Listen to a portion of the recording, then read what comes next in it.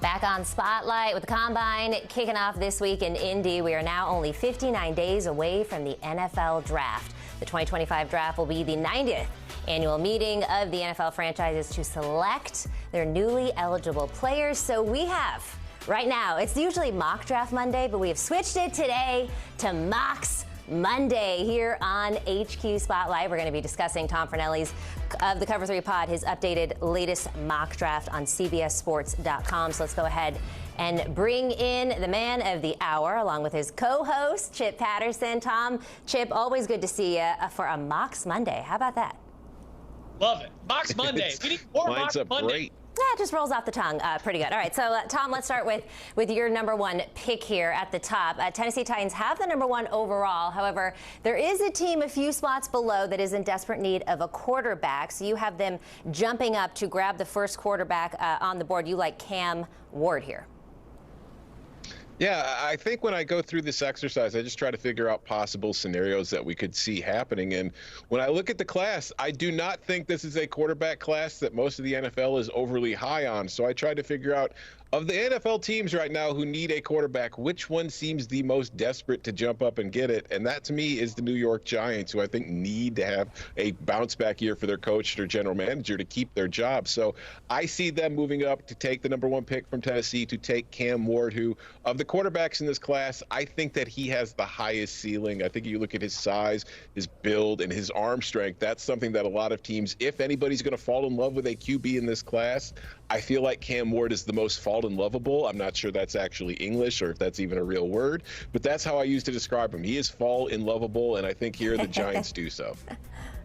Yeah, one thing that really stands out to me about Cam Ward is how it would be an extension of this trend where an older quarterback is not necessarily a bad thing. You know, oftentimes if you're not getting pulled up to the pros as soon as you're eligible, it might be a concern. But in an era where we've seen, Bo Nix and Michael Penix and some of these journeyman quarterbacks be able to arrive in the NFL, start, and even find some levels of success, then when you go with Cam Ward, who started at Incarnate Word at the FCS level, goes to Washington State, plays a couple of years, and then is the most productive quarterback in the country this year at Miami, those experiences gained at 3 different levels of college football are only going to better prepare him. So it used to be being old might be a bad thing, right? It means you didn't have the skills or the intangibles. But at least at the quarterback position, we are seeing that Cam Ward, being a little bit older, is not a bad thing at all. The Browns have the second pick since they made their public trade request, or actually Myles Garrett made his public trade request. The pick's gotten a little bit more interesting now, Tom. You have Abdul Carter going to Cleveland. Chip, do you agree with this one? I love Abdul Carter as the top defensive player in this draft class. I love Abdul Carter as your number one edge rusher. And if you are going to be losing Myles Garrett, you are getting, in my opinion, a transcendent individual defensive performer. And when I say transcendent, I don't just mean the production, where he left Penn State 6th all-time in sacks, 8th in tackles for loss. And you think about the defensive studs that the Nittany Lions have had over the years, that is some really, really special territory. But you have to completely change the way you set up your offense when Abdul Carter is on the field. We saw it over the last couple of years at Penn State, whether it's changing your blocking scheme, arranging how you're going to be lining up your tight end. Everything revolves around how you are going to find a way to keep number 11 out of the backfield. And so, yes, if you are having to say goodbye to Myles Garrett, you are getting his successor in Abdul Carter, in my opinion, the number one defensive player in this draft class. Right, after the Titans trade with New York, per your mock, now you've got the number 3 overall pick there. Travis Hunter still on the board. Is there anywhere else to go here, Tom? Not if I'm the Titans, there isn't. I think if you look at the situation Tennessee's in, where they're kind of still in that rebuild process, but more than anything, if I ask you to name a player on the Tennessee Titans, can you do it? Like, do you know anybody that's on that team right now? They're mostly an anonymous team. So you draft Travis Hunter, who is a huge name, who will give you somewhat of a profile nationally and on, talk shows and on shows like this. But more importantly than anything, Tennessee needs help at wide receiver. They need help at cornerback. Well, guess what? Travis Hunter plays both, and he's very good at playing both. And while maybe I would think in the NFL he's going to be more limited to one side of the ball, probably being a corner who plays a bit on offense in certain packages, I do think that the Titans have the need for him at both sides of the ball, so he will step in and fit in perfectly. And this is just a truly transcendent athlete and not one that we see typically. We have seen two sports stars in the past, but we have not seen one like Travis Hunter in a long time in which that he could play on both sides of the ball and do both effectively. I am of the opinion that the moment he steps onto an NFL roster, he's already a top 10 cornerback in the NFL. And I think on the wide receiver side of the ball, he has the potential to develop into a number one alpha receiver. This is just not somebody that comes along very often. So if you are the Titans and you're able to trade down to number 3, and the guy that I think is up there with Abdul Carter as the best player in this draft is still available, you have to take him. Yeah, Tom, I ain't no NFL expert. I can't name a lot of Tennessee Titans, but I do know from fantasy football, you stay the heck away from Tennessee Titans. You did not want any Tennessee Titans on your team. Travis Hunter, they cannot play quarterback, but man, he can change everything about your team on the field. And I love what Tom pointed out there. No, he is going to be that type of superstar that can help create a lot of buzz and energy around a community in Nashville, that if you get that group fired up about the Titans, they can be so passionate. But man, they have been beaten down over the last couple of years since that last playoff appearance. And I think this would go a long way to being able to create a little bit of a better environment in the stadium on Sunday. Well, don't feel bad, fellas, because I believe it was Myles Garrett that also couldn't name anyone on the Tennessee Titans when he came to our desk over there at the Super Bowl. Next up, the Patriots on the clock here. When Mike Vrabel took the job in New England, he did cite 2 areas that he believes statistically will produce the highest odds of success. One was affecting the opposing quarterback, right? And one was efficient passing game on offense. So Tom has them selecting an O-lineman, which certainly will help there at the number 4 spot. Chip, do you agree with Will Campbell here? Yeah, I mean, if you've got a quarterback, then let's make sure we can protect him so that he can be able to do it. Mike Vrabel, very, very smart at football, but lines of scrimmage good, that's not too difficult.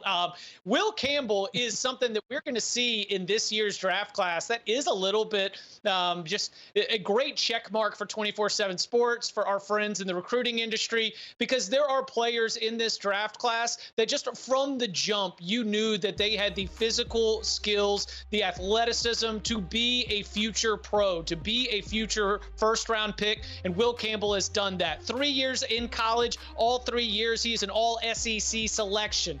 This year, he was a first-team All-American. He and Emory Jones, another player who's going to be selected in this NFL draft, played 35 games together at LSU. LSU went 26-9 in that stretch. So when I think about Will Campbell and I think about him as a prospect at the NFL level, NFL ready is really what comes to mind right here. So when you do need that top 5 pick, that tackle to come in and be ready for Drake May right off the top, I totally understand why he's slotted right here. All right, let's move on to the number 5 pick with the Jacksonville Jaguars. They just cleaned house, right, fellas? Fired both their head coach and their GM. A lot of pressure on Gladstone and on Cohen, but they do have the most draft capital in the league with 10 picks. But, Tom, you've got them starting with a defensive lineman here. Yeah, I've got them taking Mason Graham, the defensive tackle out of Michigan, who is one of my favorite players in this draft class and has been one of my favorite players in the country for a few years now. He was a key part of the Michigan team that won the national title in 2023. And I think that when we talk about the NFL, we just talked about how Mike Vrabel was saying one of the key parts of putting together a football team is being able to put pressure on the opposing quarterback. We often get enamored with the edge rushers when it comes to that, but I think that the most important thing you can have on your defensive line to generate a pass rush is a disruptive interior of your defensive line, and that's exactly what you get with Mason Graham. He is a very disruptive presence. He reminds me a lot, and I am not making the comparison and saying that's who he will be in the NFL level, but he reminds me a lot of Aaron Donald coming out of college. He's bigger than Aaron was as far as the size is concerned, but as far as his use of hands, his explosiveness off the ball, and his ability to put a guard on their butt and get into the backfield to blow up a play, that is what I view Mason Graham as. So I think if I'm the Jaguars, you would think maybe bringing in Liam Cohen as your new head coach, the offensive background, they might lean towards the offensive side of the ball with their first pick. And if they do, I won't be shocked. But I still think that the best player on the board available for what they need and what will help them improve right away, it's Mason Graham out of Michigan. Some high praise there for Mason Graham. Thanks so much to Tom and Chip. Let's take one more look at Tom's picks at 1 through 5. Cam Ward going to New York, trading up for that one. Then you got Abdul Carter going to Cleveland, Travis Hunter in Tennessee. That will be one player we will know on the Tennessee Titans if that happens, fellas. We got Will Campbell at number 4 going to the Patriots. And, of course, Mason Graham. High praise from Tom there at number 5. And coming up, we get personal with Tom Fornelli. It's his Chicago Bears. They drafted their franchise quarterback last year with Caleb Williams. But what do they do with the number 10 pick? More from Tom and Chip next.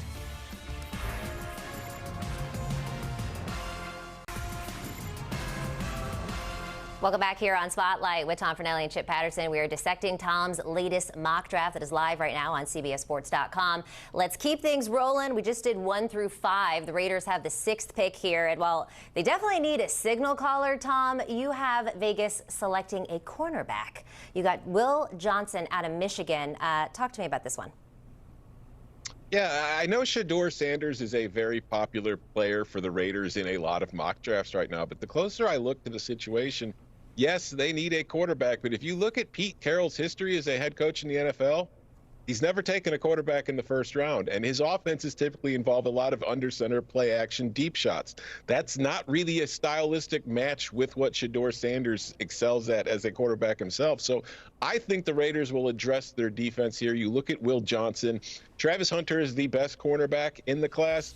Will Johnson's not far behind at corner. He only played half the season at Michigan this year because of an injury, but he still had as many touchdown catches as Michigan's leading receiver did with 2. He had 2 pick sixes. So you know he's a good playmaker and can get to the ball. He has excellent instincts. He's great in coverage, both in man and in zone. And he could play, he can bump and run. He can drop off. He can do just about every single thing you need a cornerback to do. He is not dependent on a certain style of defense. He can play anything.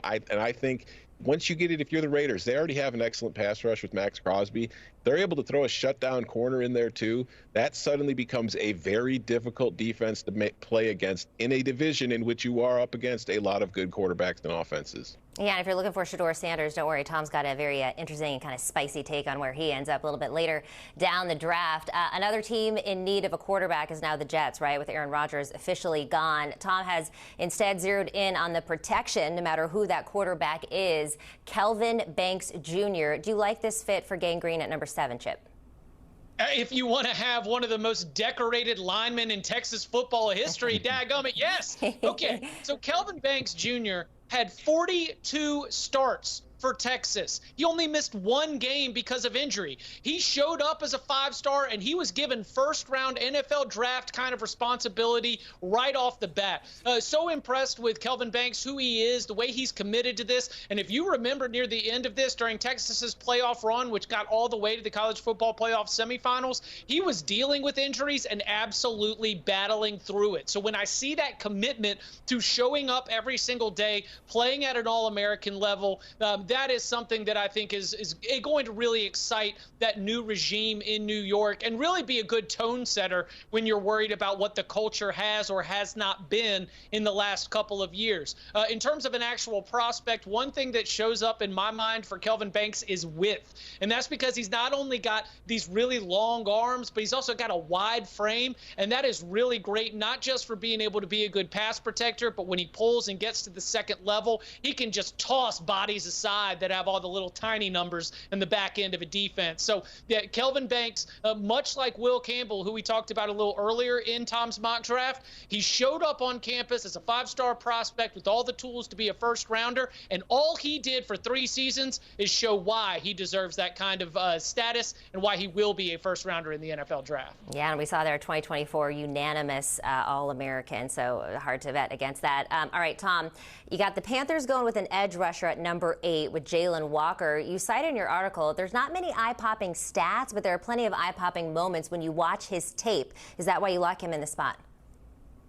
Yeah, I think the thing with Jalon Walker is if you follow his college career, he's at Georgia, which means that he has been on a team that has had a plethora of edge rushers and defensive linemen. So he had to kind of sit a few years and not really get the kind of playing time that, we've seen a lot of other guys in the class get.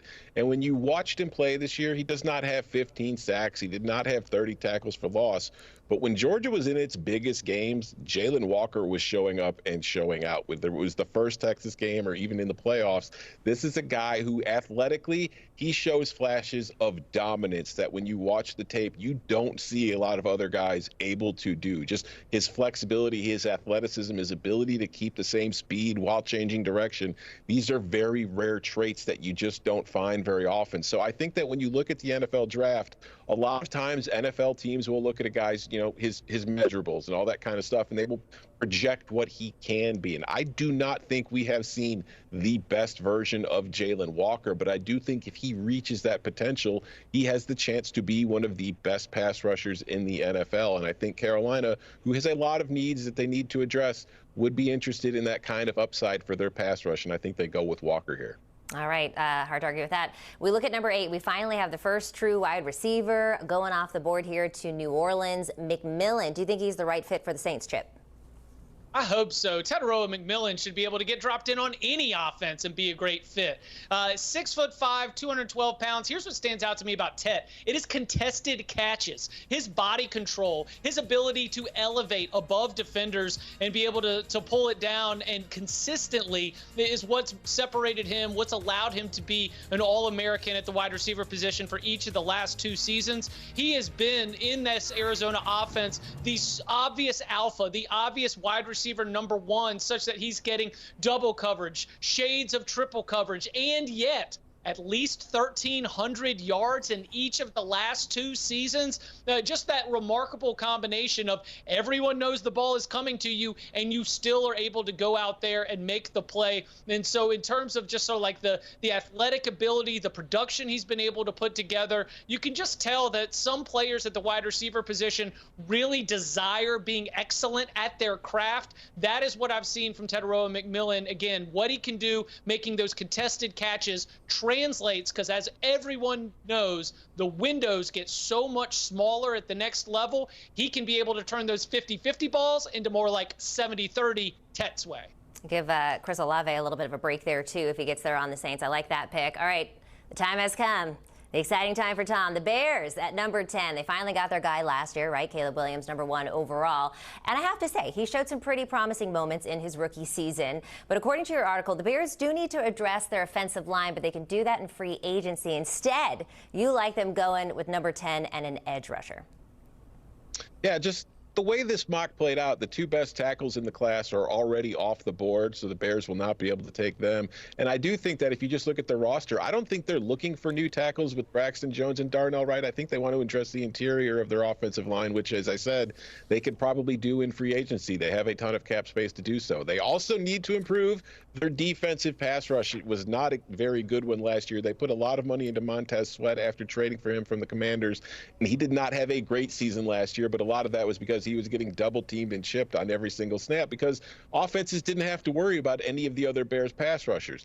They solved that problem with Mykel Williams, who, a lot like his teammate Jalon Walker, did not have eye-popping stats at Georgia last season, but a big reason for that was Mykel was dealing with some injuries that kind of slowed him down. He was playing through it, and he was playing well through it, but talent-wise, this is a kid who was a 5-star prospect out of high school, one of the best players in his class for a reason. When he is healthy and when he is playing well, he is a disruptive force, and he's also versatile. He can line up on the outside. You can also kick him inside to tackle in certain situations, and he can win from the inside there too. And I just look at the kind of utility Swiss Army knife role that he could fill for Dennis Allen in this new look Bears defense. I think it's a match that makes a lot of sense. Yeah, well, what we just saw from the Eagles in their championship run, taking those Bulldogs in the draft on defense is not a bad idea. Well, from Tom's team to my team, the 49ers have the next pick. And look, their identity has been rooted in that punch you in the face defense, but we've kind of drifted away from that in recent years. Thankfully, Robert Saleh is going to be back. So Tom has the number 11 pick going to DL Walter Nolen out of Ole Miss.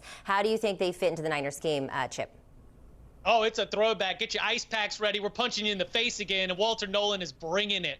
All throughout his career, he has been somebody who has been more impactful than the stats would suggest. And this year, Ole Miss's defensive front was tenacious. We're talking 52 sacks, 120 tackles for loss. And while specifically you can only say 6.5 of those sacks and 14 of those tackles for loss went to Walter Nolen, he was impactful in a way that contributed to most of those dozens of sacks, because he is able to push back offensive linemen. He is able to collapse the pocket. He is able to be so forceful with his pass rush that I think that he is going to be able to bring to the San Francisco 49ers that which they were looking for, that style and that edge that got them to NFC championships and to Super Bowls. And so whether it was at Texas A&M, whether it was at Ole Miss, that is what you've got from Walter Nolen, is more impact than the numbers will show. And I think that that's the kind of thing that will fit in great in San Fran. I love to hear it. Can't wait for that to happen, and I'm hopeful for that, actually. All right, Tom, you've got edge rusher James Pearce Jr. at number 12 for the Cowboys, citing that Jaden Daniels and Jalen Hurts in the division. The Cowboys really need as many capable guys chasing down quarterbacks as they can get.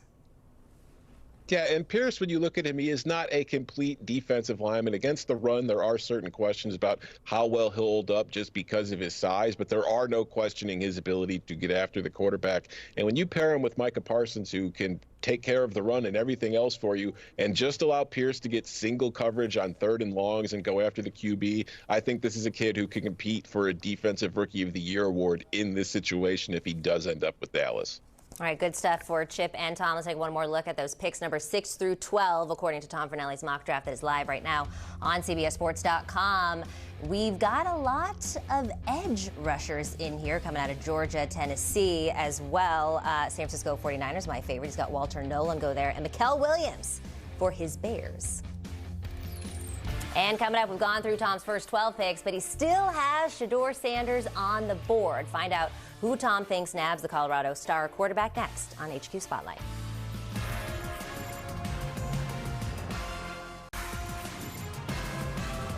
Welcome back to HQ Spotlight here with Cover 3 superstars and CFB analysts Tom Fornelli and Chip Patterson. Breaking down Tom's latest mock draft on CBSSports.com.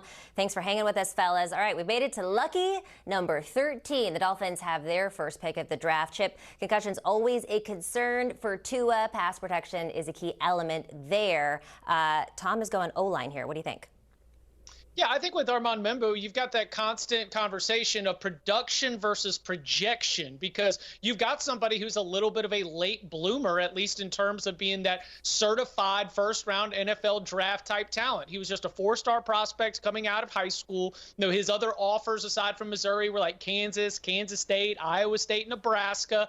And so now he emerges out of Missouri as a 6'3", 325-pound absolute athletic freak. And so I'm looking at this, and he doesn't have the kind of All-American accolades. Heck, he was only second-team All-SEC in 2024. But being a part of what was a very good Missouri offensive line, having those kinds of tools and traits, and just, look, God don't make that many people that are 6'3", 325 pounds. When you're able to move the way that he is, I understand why he's getting that kind of grade. And so, again, I always come at this from an interesting position. Production, projection. This is a projection pick, but we've seen a lot of projection picks pay off, especially on the offensive line. I think that's where you might be getting this with a late bloomer. All right, an absolute athletic freak, says Chip Patterson. Love that. All right, Tom, there's plenty of reason to think the Colts will address their offense to help Anthony Richardson with that number 14 pick, but you say that a safety would be a wiser investment here. Yeah, Malaki Starks out of Georgia, which another Bulldog. I think that's the 3rd straight Bulldog in a row I've been talking about. But Malaki Starks is one of my favorite players to watch last season on defense. He is a safety, but he is mostly just a defensive back because you can put him anywhere and he will excel. And we saw Georgia do that. He got his start as a 5-star out of high school playing the safety role, but we saw last year Georgia started using him a lot more as kind of like a nickel corner in certain situations, and he was flourishing. He was shutting down some of the best slot receivers in the country that he was facing week in and week out. And I think that when you just look at his athletic ability, his instincts, and just his intelligence, he is always in the right spot. This is the complete package in a defensive back that I think you put him in the NFL, you give somebody that versatile who can help you in so many different ways. That is so valuable to have, and I think the Colts will be thrilled if he falls to them at number 14. All right, well, with number 15 in Atlanta, Tom went with an edge rusher who says the stock for him has been soaring since the Senior Bowl. Chip, what do you think about Mike Green in Atlanta? And now the production. Okay, production. Mike Green led the country in sacks this season with 17 across 13 games. He was second in the country in tackles for loss, only behind the aforementioned Abdul Carter. And Abdul Carter played 3 more games than Mike Green did. I mean, this guy was just everywhere. He played in every single game. He brought it every single game. He had 6 games this season with multiple sacks. And I just think that when you've got that kind of motor and when you've got that kind of consistency, you are drafting a player who is going to bring a certain work ethic and edge to the defense that you just know is going to be a boost for that unit. So for the Falcons, who at their best have had those really good pass rushers, edge rushers, somebody along the defensive front that can really impact the game at a high level. I think this is a little bit of a throwback because while Mike Green doesn't come from a power conference, all he did was bring that lunch pail and show up ready to eat sack lunches all day. Love Mike Green here inside the top 15. I love a sack sandwich on a Monday. All right, Arizona now on the board for the 16th pick in the draft. Tom, you think they're going to address their pass rush here with another D lineman? Yeah, I've got them taking Shemar Stewart out of Texas A&M, and the Combine is this week, the Underwear Olympics, and Shemar Stewart is somebody who is going to shine in the Underwear Olympics because if you look at his stats, he's played a lot at Texas A&M. He does not have a lot of sacks in his career. He does not have a lot of tackles for loss, but just physically, we're talking about a 6'6", 290-pound defensive lineman who moves like a 6'2", 215-pound linebacker. He is very athletic. He is very fluid, and he's something that you can dream on quite a bit if you are an NFL team looking for somebody to add to your front seven. I think Shemar Stewart is somebody who a team is going to absolutely fall in love with in this process leading up to the draft, and I think the Cardinals are a team that need a lot of help in their front seven if they're going to get to where they want to get to in the NFC West, and I think this is a fit that makes a lot of sense for both sides. The Underwear Olympics. I don't think I've ever heard that before, but it definitely cracked me up. Now at number 17, we got our first tight end off the board. A Chip, Tom has the Bengals selecting Tyler Warren out of Penn State. What do you think about this pick? Oh, just we talked about Swiss Army knives, just like an all-around, all-purpose weapon. Penn State would use him lined up as a tight end. They'd line him up as a wide receiver. They'd get him in the backfield. He would be the ball carrier on a rushing play. We even had a time where Penn State had him snap the ball and go and catch the touchdown pass when Penn State played against USC on America's Most Watched Network, the network of stars, that is CBS. The way that he was able to contribute in so many different ways just shows you just like the classic capital F football, capital G guy that Tyler Warren is. All right, we got Chip frozen there. We'll get him back here in a second. But Tom, you wrote in your article that you'd be surprised if the Seahawks don't address their offensive line at number 18 here, which is why you like Tyler Booker. Yeah, we've had some tackles go off the board already. Now we can finally get one of the guards. And I think Tyler Booker is the best guard in this class, and I think Seattle would love to have him. This is a player who, you look at the size, he meets all the requirements, and you watch the tape, and this is a mean young man. He is not out there to make friends. He is out there to get into fights with whoever you put in front of him along the line of scrimmage, and he happily drives them back and puts them on their butt. And when you see who he's played against, we've had guys earlier in this mock draft like Walter Nolen go, Shemar Stewart, Mason Graham.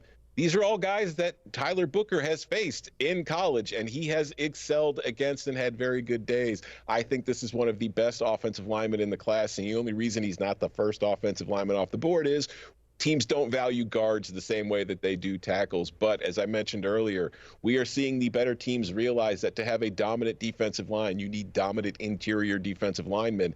If you're going to counter that, you need guards who can handle those dominant interior offensive linemen. Tyler Booker is precisely that, and I think he would be a huge boost to his Seattle offensive line that, quite frankly, was awful last season. All right, good stuff, Tom. Welcome back, Chip. Bucs have the 19th pick. Tom likes them to add to their offensive weapons, but it's kind of dependent on what they do with Chris Godwin. But as it stands right now, he's looking at wide receiver Luther Burden III at 19. Great athletic talent, somebody who early in his career at Missouri was a big-time special teams contributor.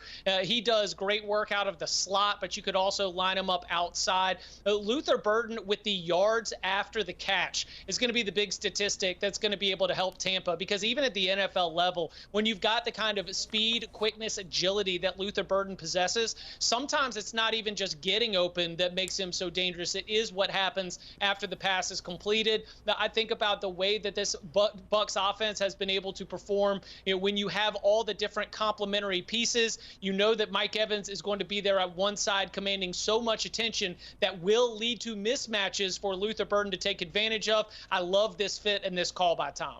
All right, this one's kind of interesting to me, Tom, right? You got Ashton Jeanty, who's one of the hottest running back prospects in this year's draft. He's the Heisman Trophy runner-up, yet you have him falling all the way to number 20 here, but you do have him staying a Bronco here in Denver. Yeah, he doesn't have to change his colors. He can still keep wearing his orange and blue. He can still keep being a Bronco. But we've just seen, in like the way that the NFL draft has worked, running backs are rarely taken early anymore, and maybe Saquon Barkley having the season that he did will change that going forward. But if it doesn't, I think Denver would be thrilled if Ashton Jeanty fell to number 20, because that offense with Bo Nix at quarterback last year surprised a lot of people with how effective they were. And what was truly surprising about it was they didn't have any real running backs to speak of. They didn't get much production, or at least, consistent production from that spot. So you'd be able to put Ashton Jeanty in there, and this is a true 3-down back with the ability to score any single time he touches the ball. And while he's a very different player from Alvin Kamara as far as the overall skill set, we saw from Sean Payton's time with the Saints when he had Drew Brees what he would be able to do with a good quality running back and how much better that made his offense, how much more dynamic and unstoppable it was. So I think if I'm Sean Payton and I'm at 20 and Ashton Jeanty is sitting there, I am running to that phone to call in the pick and get Ashton Jeanty, because I think he's the missing piece of this Broncos offense. Yeah, can't argue with anything you said there. Chip, Tom has the Steelers bolstering up their secondary with the 21st pick. Thoughts on the Texas cornerback? Jahdae Barron, he was the Thorpe Award winner as the best defensive back in the entire country, but it's not his trophy case that is so impressive to me. It's going to be his ability to play lots of different styles. Doesn't matter whether you're a zone coverage defense. Doesn't matter whether you want to go out there and man up. This is somebody who's been able to show the ability to do both, and to do both at a very, very high level. Obviously, he's got some big shoes to fill, because I don't know if anybody is going to be a better defensive back for the Pittsburgh Steelers than our very own Bryant McFadden, but I still think Jahdae Barron could be a great boost for this Steelers D. All right, here's where things get a little bit spicy. It's supposed to be the Chargers up here next, but in Tom's latest mock draft, he's got the Browns trading Myles Garrett. Of course, he had him selecting Abdul Carter as the replacement with the number 2 pick, and picking up Shedeur Sanders finally with the 22nd pick. Talk to me about this one. Yeah, when I do these mocks, I don't really have these things planned out. It just kind of worked out this way, to where Shedeur falls down to number 22. And after the Browns addressed the absence of Myles Garrett with Abdul Carter, hey, look, we get to use our second first-round pick to get the quarterback that we so desperately need after what's happened in Cleveland with Deshaun Watson and Jameis Winston and everybody being pretty much shown the door there. I think that this is an interesting situation in that Shedeur, he gets so much attention because of his name and who he is. And I don't think people pay enough attention to the fact that he's actually pretty dang good at playing quarterback. And I think that when you look at what he has, he doesn't have the kind of traits that are going to jump off of the page athletically that would make him a top pick or number 1 pick. But he is very accurate, he is very smart, and to me, he's one of the toughest football players who I have ever seen playing at the college football level, because one of the downsides of Shedeur is he stands in the pocket and will hold the ball too long to wait for his receiver to get open. But he also takes a lot of hits because of that. He takes sacks, he takes hits, but he gets up every time and he keeps playing. And I think that when you're looking for a quarterback, accuracy and toughness are 2 huge things. I think the Browns need it, and I think Shedeur would also bring a little bit of star power to Cleveland, which maybe helps them turn the page on the Deshaun Watson debacle a little quicker. Yeah, Tom, it's funny how Shedeur's ability to extend the play was a criticism 2 years ago. Then he kind of found a little bit of a happy medium this year. He wouldn't always take off and run. Sometimes it's given those wide receivers even more time to get open that led to a lot of the success that Colorado had this season, where they finished tied for first place in the final Big 12 standings. And so when I think about the division that he would be entering into, when you've got to deal with Baltimore, when you've got to deal with Pittsburgh, you know you're going to be facing defensive fronts that are going to be aggressive. And so his ability to extend the play, keep his eyes downfield, is going to give Cleveland's offense a chance so that when those blitzes are called, the play isn't going to be dead on arrival.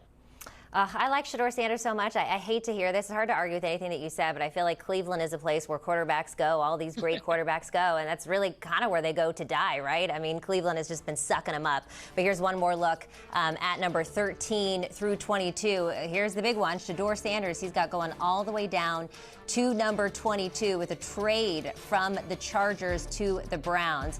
He also likes Luther Burden III to go to Tampa Bay. That's, of course, pending what happens with Chris Godwin. And coming up, 4 of the last 10 picks are all coming from Ohio State. We'll see which players Tom likes to round out the top 32 from the current national champs next.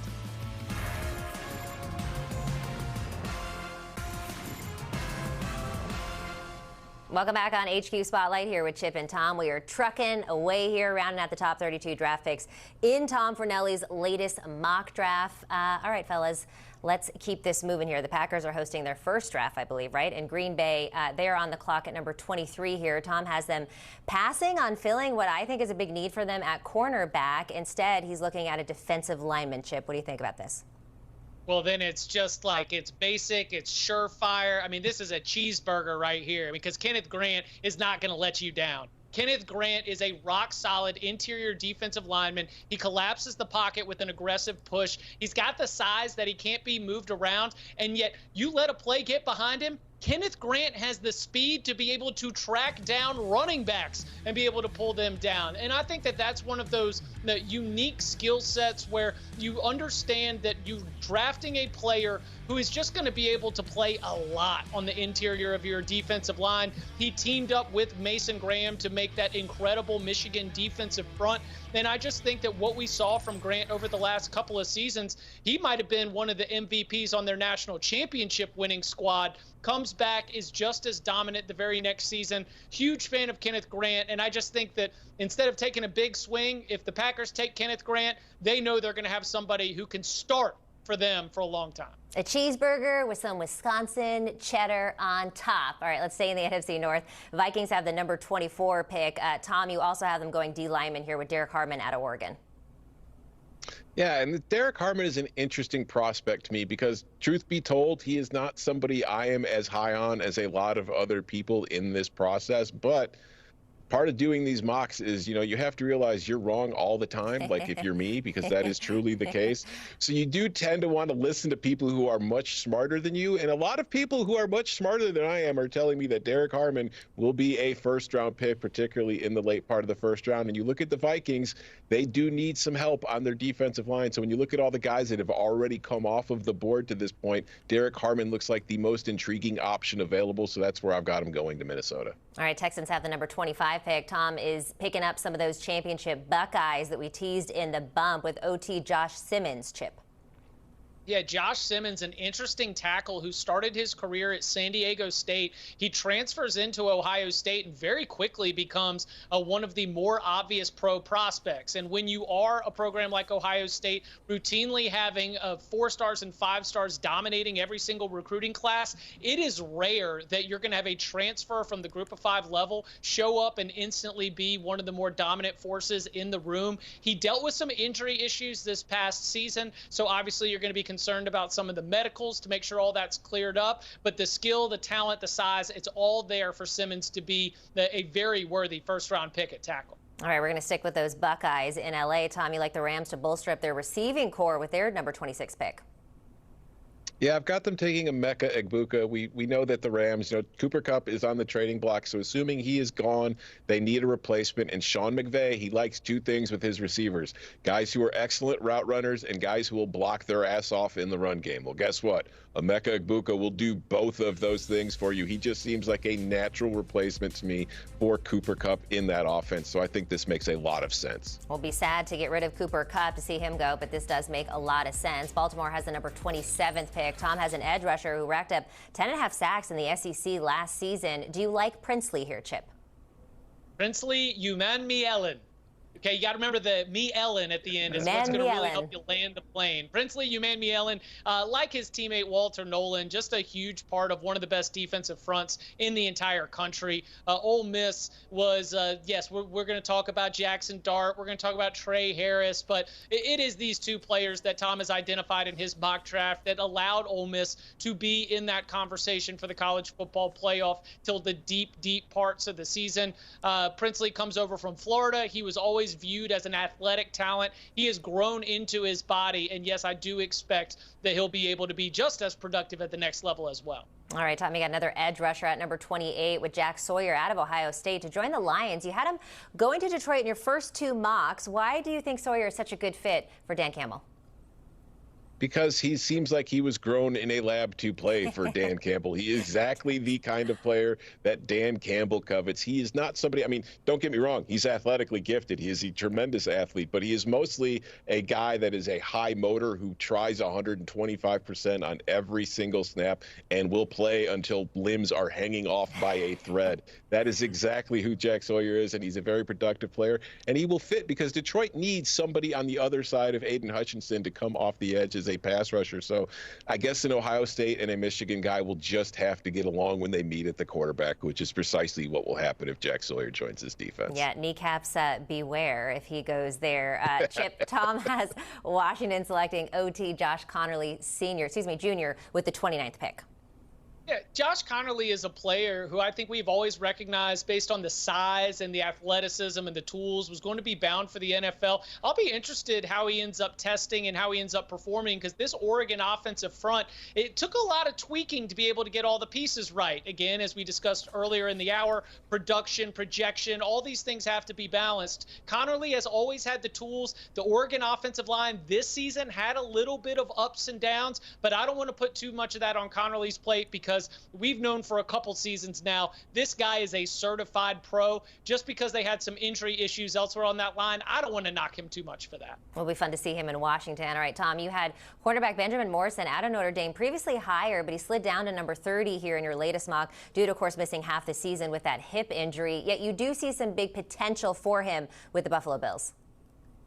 Yeah, I think the medical evaluations of Morrison in this process will be key, and we could see him jump up the boards if we get the all clear on that, because before the hip injury and those questions came around, this was one of the best cornerbacks in the country at the college level. He was an absolute shutdown corner for the Fighting Irish in that defense, which is one of the best defenses in the country and helped them get to the title game. So I think if you're Buffalo and you're looking for help at the cornerback position, you get to this point in the first round, a lot of the top guys on the board have already been drafted. This is an excellent value play, I think, for the Bills, because this is the guy who does have the ability to and the potential to be like a perennial Pro Bowler, all-pro at the NFL level. So I think this is an excellent value for the Bills late in the first round. Okay, the Chiefs fresh off their failed three-peat in the Super Bowl, pick at number 31. Chip, Tom has them addressing the potential wear and tear on Chris Jones on the D-line here. Do you agree? Yeah, I mean, you've got a player here with Tyleik Williams who's played 51 games for Ohio State. I mean, this is someone who immediately showed up and immediately had an impact. He wasn't always the certified starter, and he has very rarely been the certified star, but what a workmanlike approach Tyleik Williams has brought to his time in Columbus. You know, he has been someone who has always been a piece of the picture and maybe a little bit underrated as opposed to that. Love seeing Tom be able to have him move up because Tyleik Williams, in my opinion, could have been playing on Sundays in the 2024 season. He was one of several seniors who decided to come back and try to make a run in a national championship. Job accomplished. Now he's off to the pros. It'd be a big get for the Chiefs to be able to boost that defensive line. Definitely. All right, last but certainly not least, I mean, they are the current Super Bowl champions. The Eagles, Tom, you have them adding to their already scary defensive front in the first round.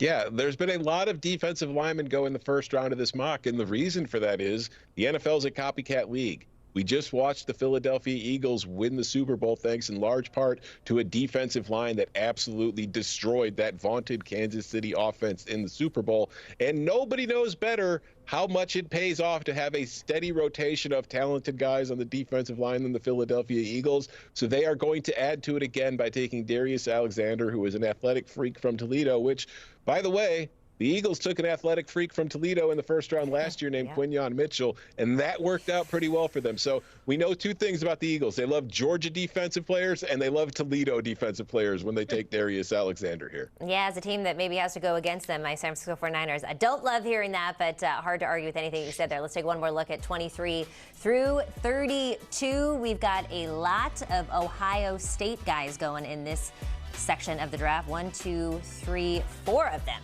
actually. A lot of championship blood in there. We got some quick takeaways coming up after the break. Welcome back to HQ Spotlight. We went through the first 32 picks of Tom's mock draft, and so now we're going to think about some takeaways. We'll start with the man of the hour. Tom, what's a couple of your takeaways from this mock? Yeah, you mentioned there were 32 picks in the first round of this mock draft, and 20 of them were either offensive linemen or defensive linemen. And I think that is going to be the biggest takeaway from this and something to keep an eye on as we actually approach the NFL draft. As I mentioned earlier, the NFL is a copycat league. The Philadelphia Eagles just won the Super Bowl because they were superior on their offensive and defensive lines to the Kansas City Chiefs and pretty much everybody that they faced on a weekly basis.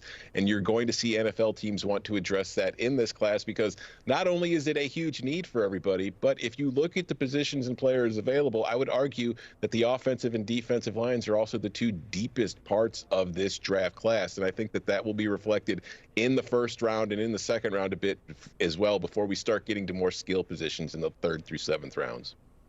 Yeah, the thing is, Tom, is you're so sensible and you're so smart, and I trust you. I don't trust NFL teams. I don't trust NFL teams to be sensible, and I don't trust NFL teams to be smart. I think this is a perfect mock draft if you want to go win a Super Bowl or build a contender. But I tell you what, we're going to see more quarterbacks than we had in this mock draft. Someone's going to talk themselves into a Tyler Shuck or a Jackson Dart, or I don't know, pick your flavor of the month, because this is the kind of mock draft that builds winners. I've just seen too many mistakes by NFL teams. The quarterback, they'll woo over somebody. I have to ask you, is Murph Dog going to make a mock draft here? You've got a puppy, a little golden doodle puppy, I believe, right? Yeah, an Australian Labradoodle. Murph was contributing to the mock in that he was really aggressively chewing on a toy at my feet as I was going through the process of writing all this stuff down. So he has his role to play. Well, that's probably why you went with a lot of defensive and offensive linemen. You felt like the aggression and the pressure down there. Chip Patterson, Tom Fornelli, thank you so much for your time today going through the mock. If you want more from these fellas, make sure you check out the Cover 3 podcast. The fellas take you all the way from National Signing Day down to the National Championship game. You can watch now by scanning the QR code on your screen there or listening wherever you get your podcasts.